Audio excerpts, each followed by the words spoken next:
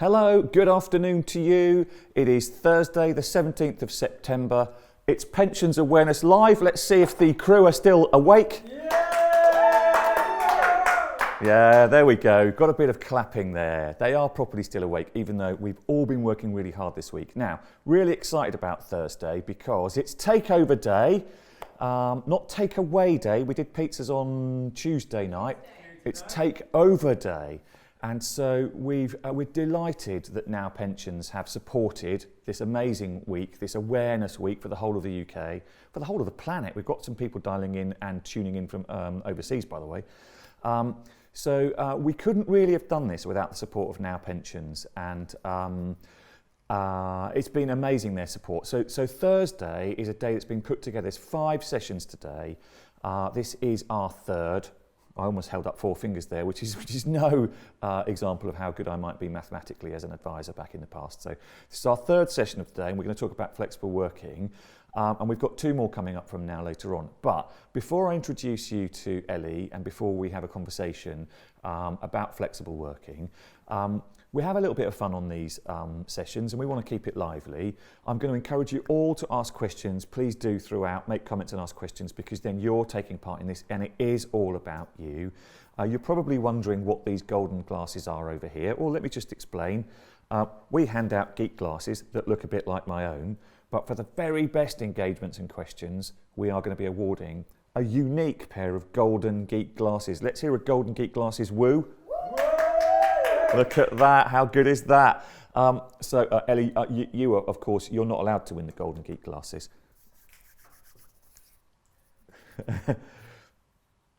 Exactly, we'll work on that for you. But as a bit of fun, and just so that you know, we've got a very detailed printed schedule of what's happening day by day, because this magic just doesn't happen on its own. It's all planned and been thought about and laid out and scripted and everything. Apart from me talking, this is all shooting from the hip normally. Unscripted live is the way to go. But on our schedule for the week, the whole of this is in a certain colour. And I'm not going to tell you what that colour is yet, but as a bit of fun, I'd like to see those of you that are out there that have logged in, who can be first to identify what this song is.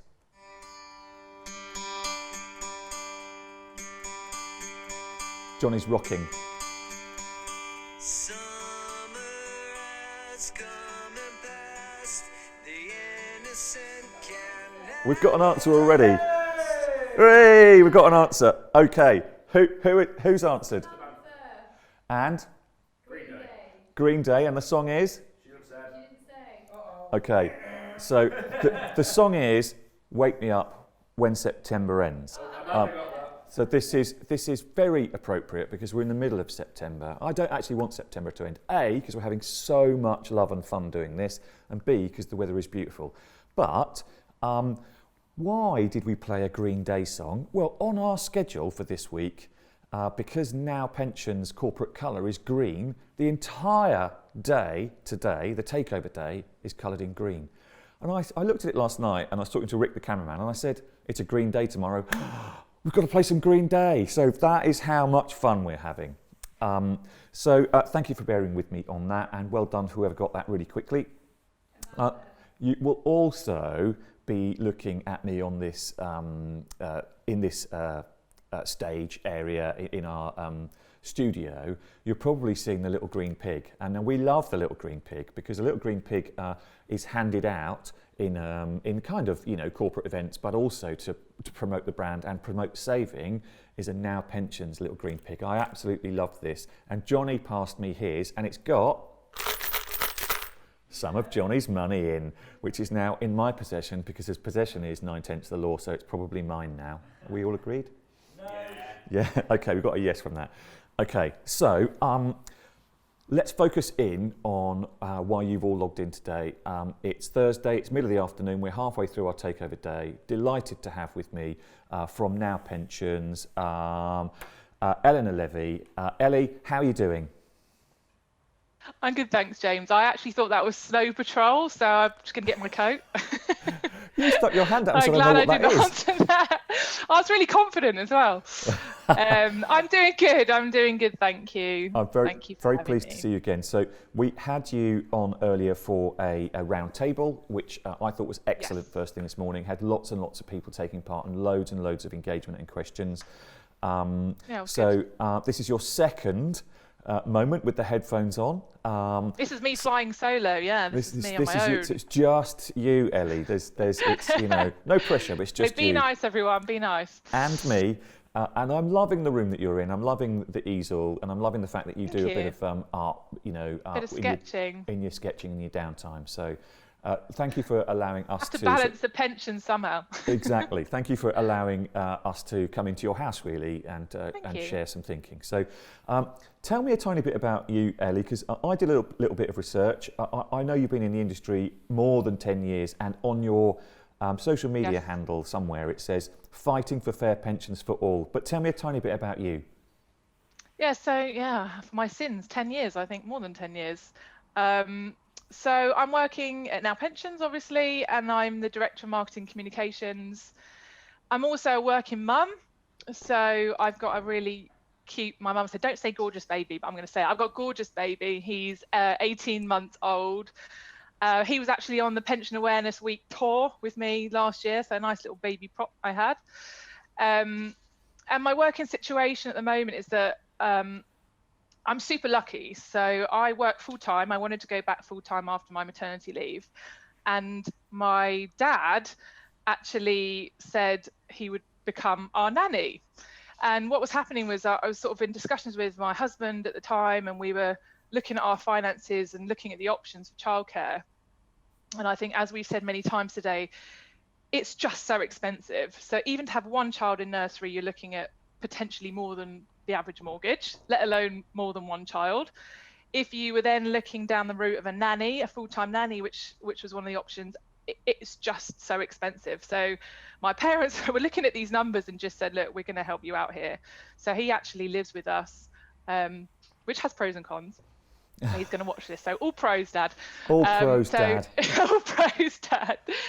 But yeah, no, I mean, I'm super lucky. And there's been, so we've done some research actually on granddad daycare or grandparents daycare.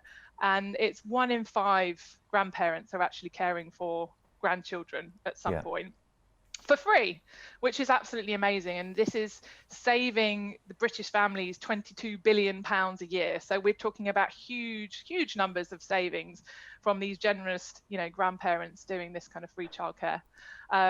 So yeah, I'm lucky like that. What's your dad's name? Stephen. He's called Stephen. Stephen. So Stephen. If anyone was watching earlier, you may have seen him kind of half naked walking past my window. He did make a starring appearance as you made your first comments on this morning's round table. The lighting was slightly different. You can't really see what's going on. Is that your kitchen I can see behind? Yeah, he was explicitly told not to come out, so I don't know what that was about. He walked past without a shirt on, so he was naked from the waist up. Maybe he wants to be famous, James.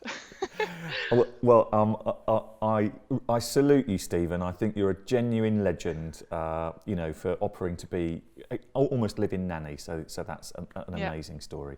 And I did see the video of you and Zach.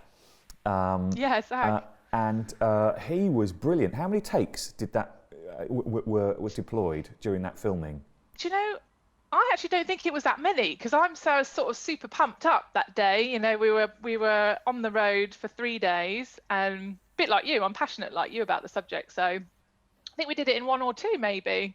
But yeah, I just watched it back and I was laughing because he was there just chewing on the flyers. Probably not that safe for a baby to be, eating several Now Pensions flyers, but it was good. It was good to have him there because, I don't know, we'll probably get on to talk about the pandemic later and obviously flexible working, but I think it's been really interesting to see into the lives of families more because, it used to be that if a child kind of appeared behind you on a Zoom call, it was sort of shock horror, shuffle the kid out. And, this is just life. And, Zach comes in and out and, I can still concentrate on my work. Funnily enough, I can still be a worker and do a good job and be a mum. So, this kind of struggle is difficult, but it can be done, especially when we kind of come on to, flexible working and how employers can help. Absolutely, and we were talking about it off camera early this morning. There's a very famous BBC interview with an expert somewhere in Southeast Asia where he's turned his bedroom into, he's tried to make it look like a professional office, and halfway through his daughter walks in like this and kind of takes over, and then his wife comes in, and then another one comes in on a stroller, and it's carnage. And it was one of the most watched video clips of the decade. And everyone was kind of laughing, thinking, oh, how unprofessional is that? But it's now normal. This is our normal working day. Life goes on. We've all been at home. Kids appear. Things get delivered. Things fall over. People walk past without a shirt on. And exactly. I've got one particular corporate connection where we have these FaceTimes. Quite often her son walks past naked from the waist up with his finger up his nose, saying, I'm bored. And she'll say, do your homework. He said, I've done it all. And she said, you can't have done. You only started 5 minutes ago. So that sort of thing. It's completely normal now. And it was great to see Zach. And he absolutely destroyed a leaflet. He did. And so I was watching it again this morning, so I wanted to remind myself. And I was thinking that can't have been many takes. It can't have been, because he's literally mashing up that leaflet. If he keeps going, you'll have no leaflets left. Okay, so thanks for sharing a tiny bit about yourself, Ellie. Tell me a little bit about what flexible working is. What's our focus here right now for the next half an hour or so? Yeah, so flexible working, lots of people kind of just think flexible working is just part-time or remote working, but there's tons of ways you can work flexibly. It's literally just a change in your hours. So you can work flexibly by changing your hours, compressing your hours, I think there's annualized hours. You can work, you can have job share, and you can have shift sharing. I can go on and on and on, but I won't. The list is not exhaustive, but there's sort of tons of ways that you can work flexibly. Okay, and how common is a flexible working environment for a parent? It doesn't necessarily always have to be a woman, but I think today is about women and pensions, so we're assuming for most of this debate today that we're talking about women, but for a parent, how common is it? And what's the legal standpoint for flexible working? Yeah, so legally, anyone has the right to request flexible working. You just have to meet some criteria. So you have to be in a job, you have to be an employee, you have to have worked for that company for 26 weeks, and you must not have made a claim within 12 months. So you can't have made a claim, been turned down, and then 5 seconds later can I work flexibly again? So you can't do that. And then, once you've submitted your request, your employer has to then take a reasonable look at that, and they have to kind of abide by ACAS principles, and they have to get back to you within 3 months of your request. But it's just definitely worth talking to your employer, because you might not meet those criteria, but actually employers can let you request flexible working anyway. So I can't give advice, but I would say that, especially now where flexible working is going to be on the increase for sure, have a look at those guidelines, but I would just go and talk to your employer and find out whether you can make a request. Have you got any kind of a sense of what proportion of employers are up for that conversation actively and responsively? Yeah, I don't have the stats on that actually, James, but those would be interesting to get.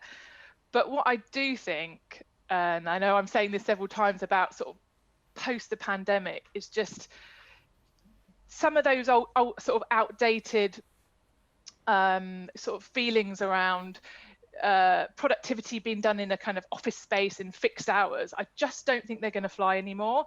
So I think some of the excuses might have been, oh, well, technology is really expensive, so actually setting everyone up with a home office will be expensive. Whilst that's true, it's all happened.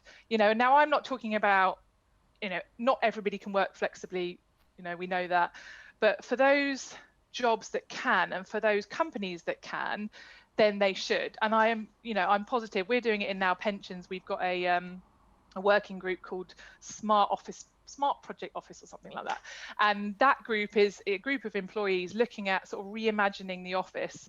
So how can we work more flexibly?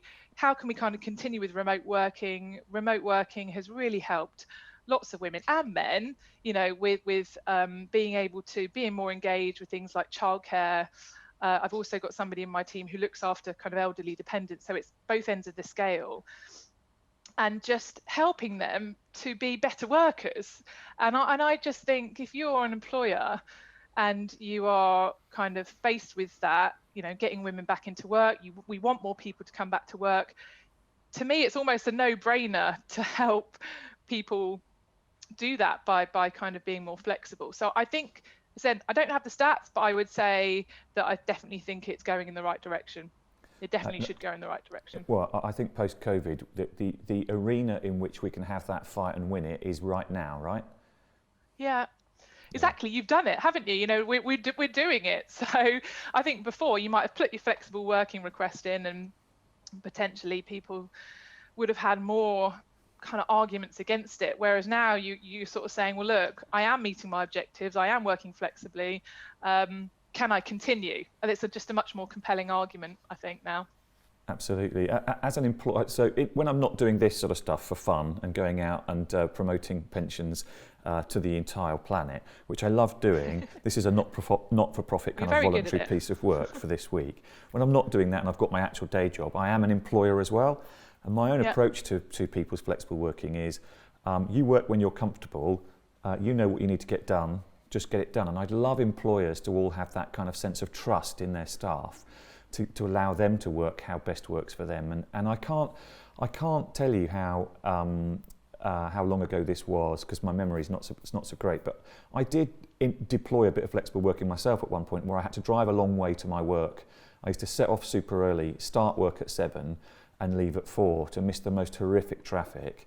But people did often look at me as I put my bag on my shoulder and left at 4 o'clock, as if to say, look at that part-timer, And I think that sort of attitude, hopefully post-COVID, and as we're all getting a bit more grown up about it, I'd like to see that gone.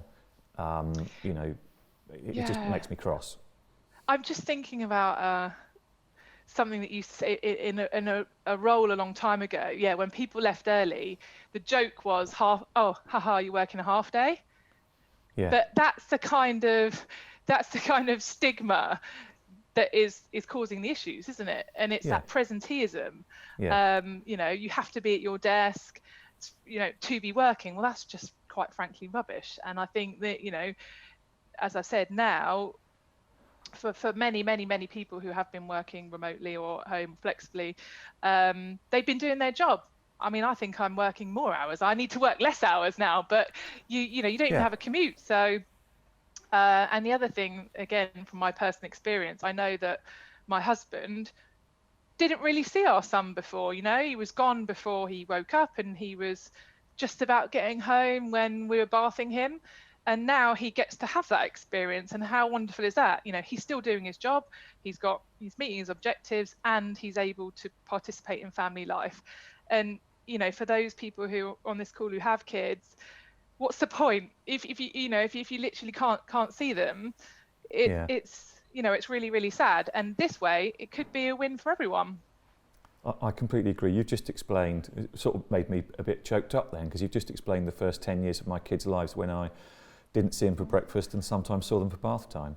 And when my wife and I set off on the journey of being parents, my wife's first stance was, I'm not giving up my career, I'm going to have the children go back to work. And then, of course, as soon as she held our firstborn son, she said, I'm not letting someone else bring my child up.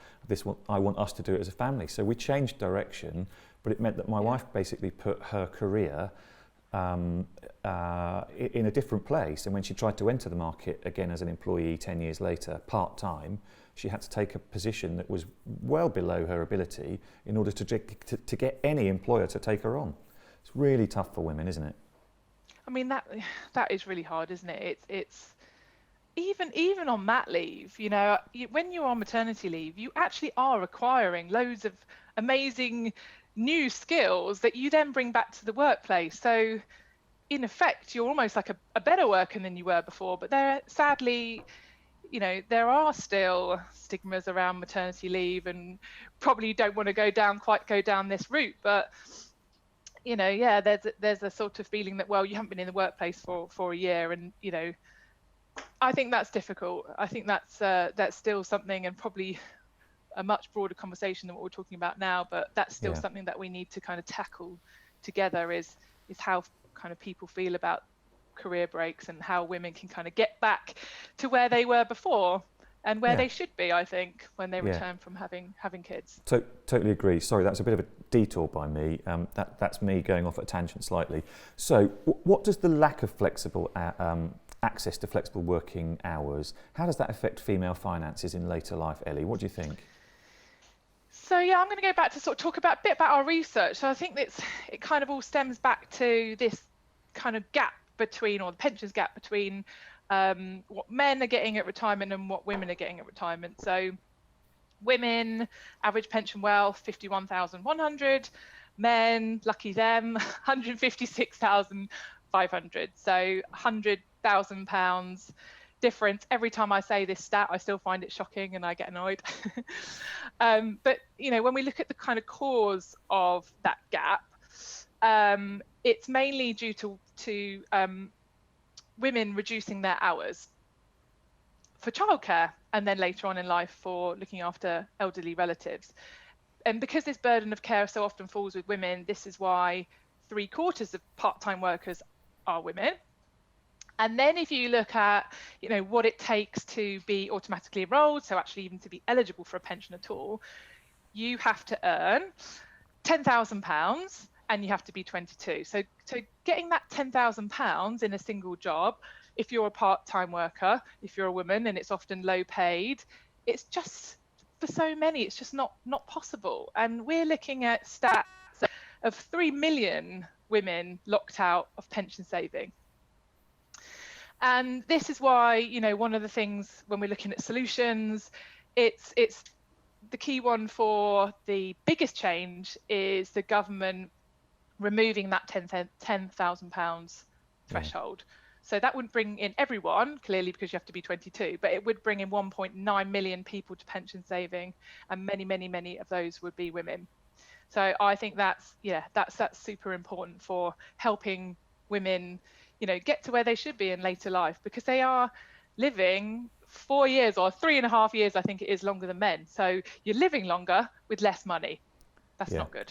It doesn't work out. Those bits not good, is it? When you think about the maths, as you've just so articulately pointed out, that doesn't work, does it? Mm-mm. And actually, while you take a sip of your drink, I remember that you articulated this really well when we were on the road last year, and I met you in Nottingham, and your colleagues, all in your resplendent green, took over Nottingham High Street and were finding couples walking down the street, and you were handing out what? Tell everyone how you did it. Oh, the flyers. Yeah. Yeah, so just for a bit of fun and sort of some kind of visual aids, we made little and big flyers. So if you're a woman, you weren't allowed to take the flyer that was 3 times bigger than the female flyer. The female flyer was kind of, was it 2/3 the size, so you could only take that. And if you're a man, you could take the whacking great big 3 times bigger flyer. So that's the one my son was allowed to chew. But it's sort of fun, and it's all a bit of a joke. But actually, even if you put them side by side, it's amazing, even just the size difference. And let alone when you actually start thinking about the money, and what kind of retirement you can get with its £100,000 less. It's just so much less, isn't it? It's just so much less. Even just talking about it now, it sounds like somebody's made that number up just for a laugh, but it actually is true. And you know that I discussed this with you earlier as well. Now hosted a brilliant symposium on this, really, in the autumn of last year near the Houses of Commons, and I went along thinking I knew quite a lot about pensions, but I learnt so much that day, so thank you so much for putting it on. And I wrote some stuff down in my notepad and went home and shared it with my wife. And I shared her that stat, how many women earning under £10,000 are disenfranchised from the whole pension auto-enrolment process. And her words were, well, if men's pensions were crap, they'd have been sorted by now. Johnny, am I allowed to say crap on live on air? You've done it now. I've just done it twice. Okay, Crap, I've said it 3 times. Say No, again. It's 3 now. Oh, no. Okay. Yeah, so 3 craps in one go, that's never good. Okay, 4 now. I saw it's 4. Okay. All right. So You'll be ejected from the studio in a minute. I'll be ejected from the studio. I think I'm the heaviest one in here by some margin, so you can have a try.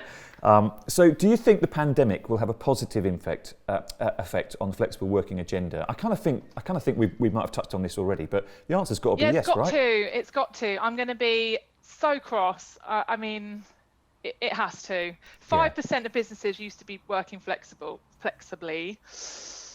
Now pretty much everyone's working flexibly that can. And again, my line on this is those that can should. So employers, if we've got anyone listening who's an employer, please, just, if you're kind of doing it already, you've got the technology, you've seen that people can work well in these kind of environments. If you just help them out, we will just get more people back into the workplace. And that's just only going to be good for you, for the economy, for society, for everyone. Absolutely. Brilliant answer, Ellie. Right, I've got one more on my list, then I might lean across to the right to the team behind the scenes and see if there's any other questions coming in. But I had another one written down, which is there's been a surge of women taking control of their lives by going freelance, working for themselves. How do women in these sorts of career choice paths get the best approach and best outcome with their pensions? Yeah, so self-employed people and the like. Okay, so when you're employed, you kind of have a bit of a safety net, as long as you meet the criteria to be auto-enrolled, because employers are going to be making contributions and you're going to be making contributions up to the 8%. If you are self-employed, unfortunately you don't have that safety net, so you have to be a lot more disciplined when it comes to your own finances. And don't be disheartened though. There's lots of things you can do, and you can still get yourself a personal pension or a self-invested personal pension, a SIP, or a stakeholder pension. And I would suggest that you go to there's lots of free advice websites out there. So the Money and Pension Service is a particularly good one, and it will have all your options there, and it will kind of talk you through, what your situation is as a self-employed person, and kind of match you up with what kind of pension that you could get and how you can kind of start saving.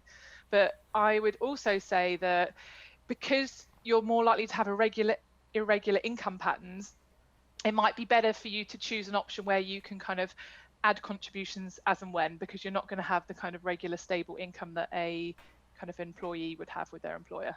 So it's a little bit more up to you. As I said, you've got to be a bit more disciplined, but you've got to do it. You've got to save for like we all have to, we've got to be responsible for our own retirement as much as possible. Good stuff. Thank you, Ellie. I wrote down one other question just then, actually. I know that Now Pensions has done an enormous amount of research and outward-facing reports and research papers for the media and us to digest in the industry, which is really, really helpful. So I think that pension providers have started to approach, how can we engage women better? But do you ever think there might be different products that pension providers that they would create in order to try and address some of the challenges that working women have, especially those that might go on to have children? Different products. I'm not sure how I'd answer that one, James, to be honest. Just a different slant on it. So someone asked me the other day, should I put more money into my pension before I go on maternity leave? Very few women ever do that. And maybe there could be a version of a marketing version of the same product, but maybe it has that facility for people to pay in earlier to accelerate their pot funding prior to taking a maternity break. Maybe something like that. Yeah, I mean, not so sure about the product, but what we are saying in terms of individuals is, especially women, we know that because of the career breaks and because of you living longer, our research is saying you've got to put in 5 to 7% more in order to get the same pension income as a man in retirement.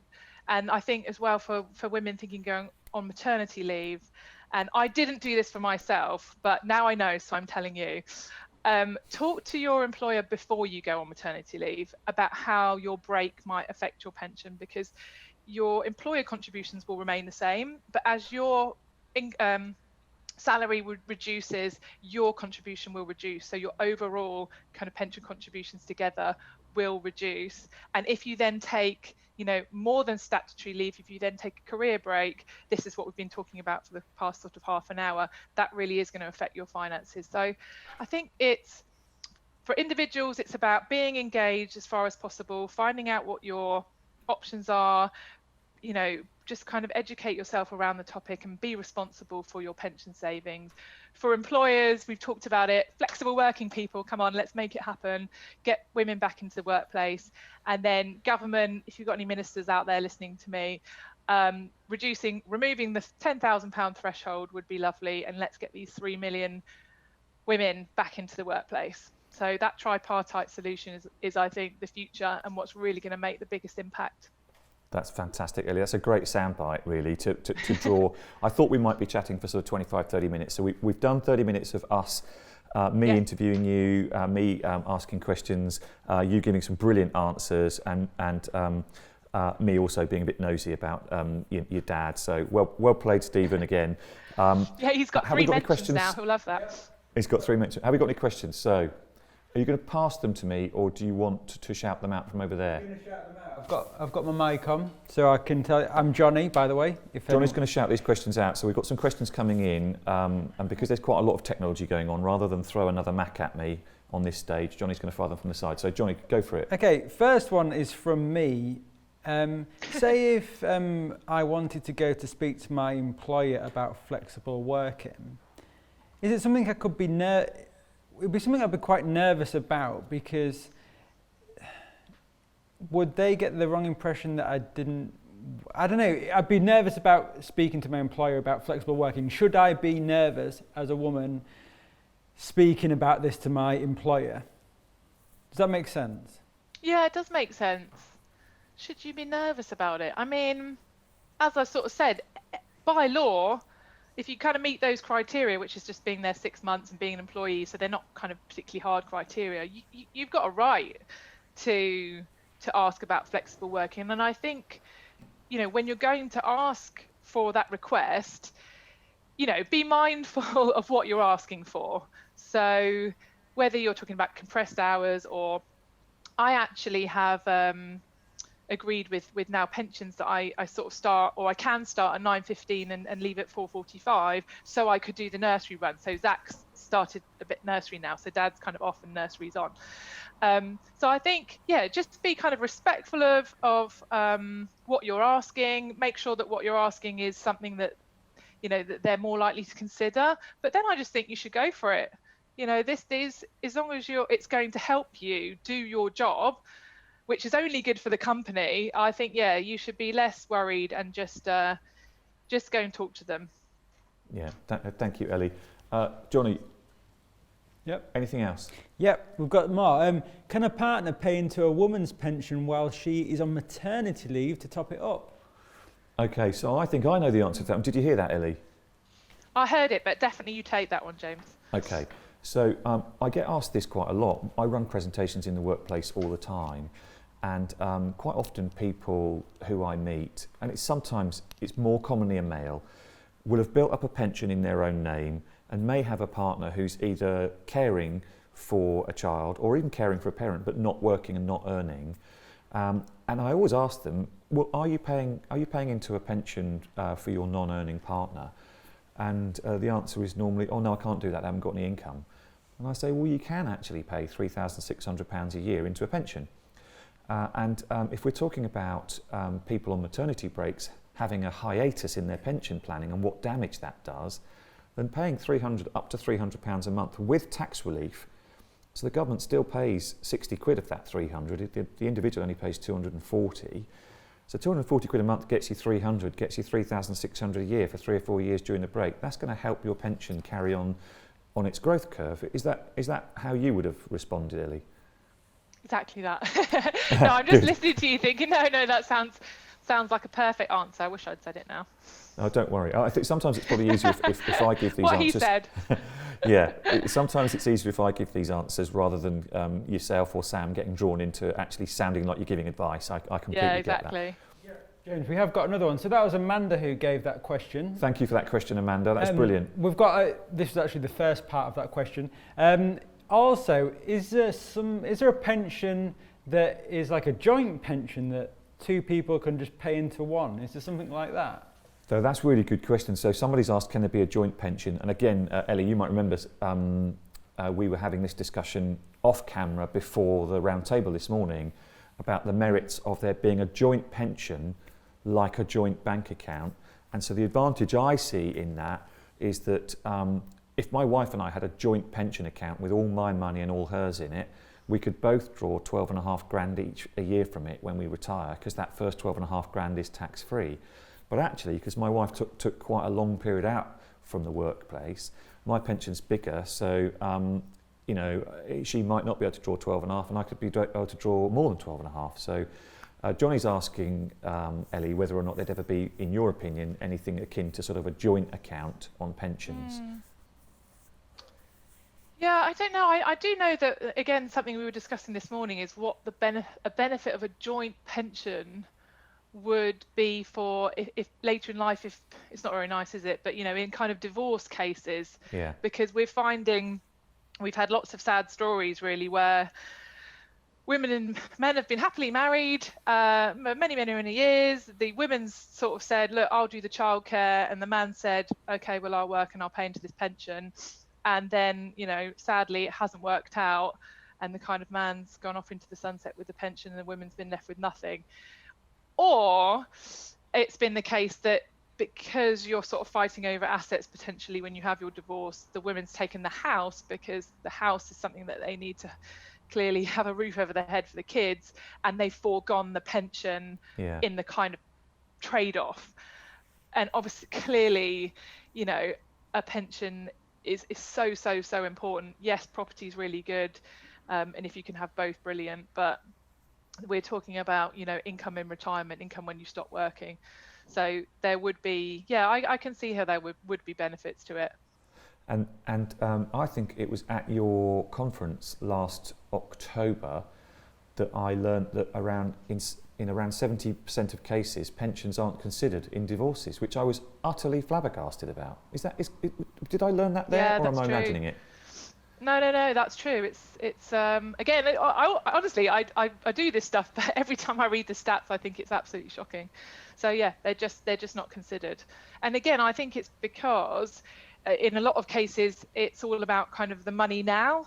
So it's the house now, it's the assets now to make sure that people are kind of safe and secure, and the children are fine, and in the kind of maintenance payments are coming in, and some of these kind of big things like pension, but again, it's just so far away, people just don't think about it. And this is the same for all generations at the moment with pensions. It's kind of, people don't think about it because it's too far away, but I tell you what, it will creep up on you, and you don't want to end up with nothing when you get there. So in a way, people are focusing too much on the now rather than the long term and their pension. Really, Ellie, what we should do is come up with a brand called Now Pensions. The future is now. The future is now pensions. There's a soundbite for you. Okay, I'm looking over behind the cameras here. Any more questions? Yes, we've got another question. So, is there a way of getting the pension gender gap down by sharing the parental responsibility? I went out to work for a bit, then I looked after my child for a little bit, and my partner went out and worked. Does that make sense? So we're basically sharing the responsibilities and roles. If we do that, will that take down the gap? So I'm going to quickly answer that, but I'm also going to invite Ellie to comment, because Ellie and I were talking about this before we went live. When my children were born, I think I got 2 weeks off. And it was really traumatic, and our firstborn, you know, he was in an incubator for a few days because he had jaundice, and it was all very emotional. By the time we took our son home, it literally felt like hours later I had to go back to work, and it was really traumatic. So what's happened since then is you've got much a larger amount of paternity leave for men, and shared parental leave exists. So Ellie, tell me those stats, or tell everyone else that's listening and watching again, those stats I don't want to depress everyone, but it's really encouraging that we've got more paternity leave. Lots of companies are offering, extended paternity leave, and now we've got shared parental leave too. The sad thing is that nobody's taking it up. So paternity leave is 1 in 3, and shared parental leave, which is where you can obviously, I could do a bit and my husband could do a bit, it's pretty much non-existent. It's something like 1% of people, 1% of eligible parents took that opportunity in 2017, 2018. So the opportunities are starting to present themselves, but I just think there's still a really kind of ingrained biases about women's jobs and men's jobs that we it's not going to be tackled overnight. But I've actually I saw some interesting research by Kidzania, so I don't know if you know it. It's that kind of theme park where kids can go and do adult jobs. And what they found was that gender stereotypes were evident in children as young as 4. So girls would want to be air hostesses and boys wanted to be pilots. So you've got biases created from experiences that they've had and things that they've seen in their own lives, even at age 4, which that way before they enter the workplace, which actually can affect what happens later on in the workplace. So men not taking paternity leave because guess what, they think it's going to affect their careers, and that's okay because women can do it. And so that's really a tricky thing, because sometimes we're talking about what can we do today, but we also need to educate our children more. And we've been talking about kind of financial literacy of children, but we've got to kind of unpick those biases about women's jobs and men's jobs from a really, really early age, way before they ever get into the workplace, and to really, really tackle the kind of root of the problem. I think I couldn't agree more. And again, off camera, we were talking about something my wife asked me to mention, which was the motherhood penalty, which seems to be the perception that visibly pregnant women have a biased negative view about them by everyone else around them in the workplace, which wasn't part of today, but I just thought I'd throw out there. So we as a society, we've obviously stepped forward. Paternity leave and shared parental leave would help. Johnny, this is the answer to your question, would help people have better pension outcomes, because there would be less onus upon one person not earning and the other one earning, and so it would spread the earnings and spread the pension contributions around. But I just don't think we're as advanced in taking advantage of those yet, and there are some perceptions that still need to be addressed. I was going to say we probably need to draw it to a close. Maybe one more question. One more question. There's one here. So, how does flexible working affect the state pension? Oh, Ellie, do you want to answer that? Because I'll have a go if you're less comfortable too. Yeah, I'm less comfortable answering that one actually. Okay, so Johnny, ask the question again. How does flexible working affect the state pension? Okay, so just quick recap on the state pension. We're all entitled to a full state pension. There's a myriad of legacy state pension journey points. But where we're at right now is if we can all work 10 years, pay national insurance for 10 years, and get to a maximum of 35, we will get a full state pension, which in today's money is £9,110 per annum, or £175.20 a week, I think it is. And if you don't get to the full 35, then you get a proportionate amount of it. But it doesn't have to be consecutive, it can be cumulative. And the threshold for you paying national insurance and it counting towards one of those 35 years is earning above something like £6,500 a year, and there's an upper threshold as well. So if working flexibly means that you have adapted hours to suit your lifestyle and the way you need to work, means that you're more able to do your normal job, then that shouldn't affect your state pension, because I would hope that your income is still above that threshold, you are paying national insurance above that threshold, and it does count towards the 35 that you're trying to achieve. And on that subject, by the way, quite a few people asked, I've done my 35 years, can I stop paying national insurance now? And the answer is, well, no, you can't, because we've brought it down to 35 to bring more people in to the space where you can get a full state pension, and that's particularly important to women who've had career breaks potentially, because if you can have a career break but still get to your 35, you will get a full state pension. And I quite like that change in emphasis on and the new target of 35. I think that's helpful. Johnny says he's got one more. No, we've got two more. We'd just like to get in before we go. It's from Carly and Joe. Two separate questions. Okay, the first one from Carly. What pension scheme would you say is the most beneficial for women who have had large families and have been out of work and pensions for 10 years plus and are wanting to start paying back in before they start work? In the very first part of that, what was it? Did you say what pension tip would we give? Nope. What pension scheme would you say is the most beneficial for women? Ellie, do you want me to try and answer that as well? Yeah, because I can't kind of give advice. I would have just suggested to go to kind of the Money and Advice Pension Service to have a look. Yeah. But yeah, if you can answer it, then answer it for sure. I think the answer to it is saving any decent amount of money on a regular monthly basis is going to make a difference. Which scheme you put it into is a bit like how long's a piece of string, horses for courses, which one suits you. There are some places where you can go and search. New Geek Sarah Steele on Tuesday was talking about using the Which Guide, where they've done a comprehensive guide of the pension providers. But in terms of a scheme, I would definitely say a pension scheme, because the government pays some contributions towards it and they fully incentivise you saving and save as much as you can. So that would be my answer. Johnny, let's see if we can squeeze one more in, because I thought we'd probably stop at 45 minutes. Okay, we'll just do one more for Ellie, if that's okay, just to finish it off. Can Ellie share with us any exciting things they've got up and coming to further the great work in this area that they're doing at Now Pensions?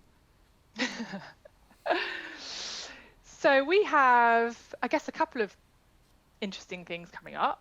So we have been looking, obviously, at the gender pensions gaps, really important. But we also, our kind of mission is fighting for fair pensions for all. So what we try and do is we highlight these inequalities in the system, we campaign for change, and we provide solutions. So we've got a report coming out in October on the most underpensioned groups. So we've just looked at single mothers and divorced women. But there's also some other groups in there, such as disabled, BAME, and another one which I now can't remember. But that's coming out in sort of October or in Q3. So definitely look out for that. It's going to have some really interesting information in it. And then the other thing that we're doing, which I've touched on, is focusing on kids. So focusing on financial literacy of children, getting these biases. I've just mentioned this already, but, making sure that we're kind of educating children from as early age about these biases that may impact their job choice, and then, their choice for if they want to go part-time, and then how that impacts their pension, and talking to them about savings, and in particular pension savings. So really trying to start as early as possible, so that we can that some of these problems that happen later on in life are less likely to happen. So a couple of exciting things come up, but yeah, actually Fair Pensions for All, I'm going to give it a plug, but fairpensionsforall.com is our campaign website. So, if you want to sign up there, or want to kind of come back every now and then and look at the stuff that we're doing, we'll have virtual events and webinars such as these coming up. So I really encourage everybody to look at that and join and be on this journey with us. Well, there you go, Ellie. That is a perfect moment with that super duper last minute plug there to maybe draw it to a close. So I just wanted to say thank you so much for giving up a bit more of your day. Hoping that you haven't left Stephen too many tasks to do, and that Zach isn't running riot behind you. It's been a genuine pleasure to talk to you. Thank you. That very neatly, what you just referred to also allows me to promote the fact that at 4 o'clock, so in 3/4 of an hour, I'm running another little session like this with Sam, your colleague, and the subject will be single mums and the pensions black hole. So I'm sure it absolutely relates to the extra research you're doing. It does, definitely check that out. Thanks, Ellie. It's been, Thank you, guys. as I said, a genuine pleasure. Thank you all for your inclusion within this event today. Thank you for your comments and your questions. don't forget to tune in at 4 o'clock, and also don't forget to join us with Daisy Lowe at 6 o'clock, which is very exciting for everyone concerned. I'm absolutely in no doubt about. So take care, and we will very, very quickly be with you again soon.